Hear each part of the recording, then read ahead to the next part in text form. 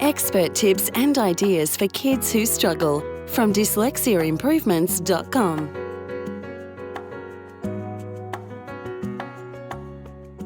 Has your child had a bad failure recently or made some really bad choices? Parents often wonder how they can help their kids recover confidence and self-esteem after serious setbacks. Kids learn to be resilient from tough times, so we need to welcome mistakes and failures as part of the building blocks of future confidence and self-esteem. We need to separate the issues that have happened from who our child actually is. Your child is not their choices, and your child is not their school marks. Your child is someone who has made choices or someone who has struggled at school. Kids don't naturally understand this, so help them to see it. Some mistakes that our kids make are very public, and these are quite often embarrassing. These are the sort of mistakes that result in a phone call from the school or another upset parent. When our kids make mistakes, it's actually a great thing. It's an opportunity for them to grow. When a mistake is this costly, don't waste it. It's vital to extract value from the mistake and turn it into a real growth experience. When our kids face up to mistakes, take responsibility for them and confront whatever they need to deal with, their self-confidence grows, which in turn will improve their self-esteem later. You can't raise a healthy, resilient child without tough times.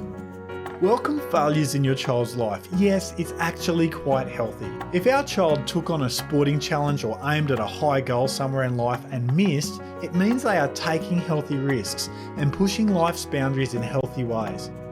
Failure doesn't destroy self-confidence. Failure with a negative attitude does. When our child takes a great risk but misses the mark, encourage them to learn what they can from the situation and continue to take healthy risks in the future. When our child is dealing with real challenges, we need them to view the challenges as separate from themselves. Take a child with dyslexia, for example. Going through life declaring, "I won't succeed because I'm dyslexic," is unhelpful. It's more empowering for our kids to think, "I'm a strong person and I deal with dyslexia." Do you see the difference? This applies to any learning issue at school and any challenge kids face.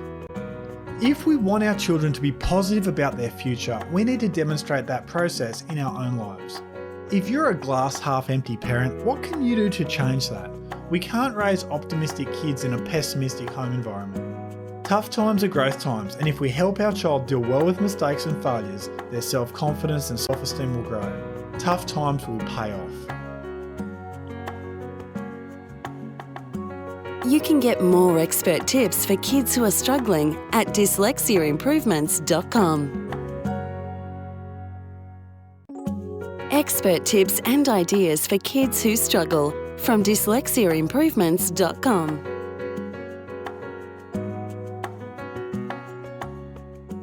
Has your child had a bad failure recently or made some really bad choices?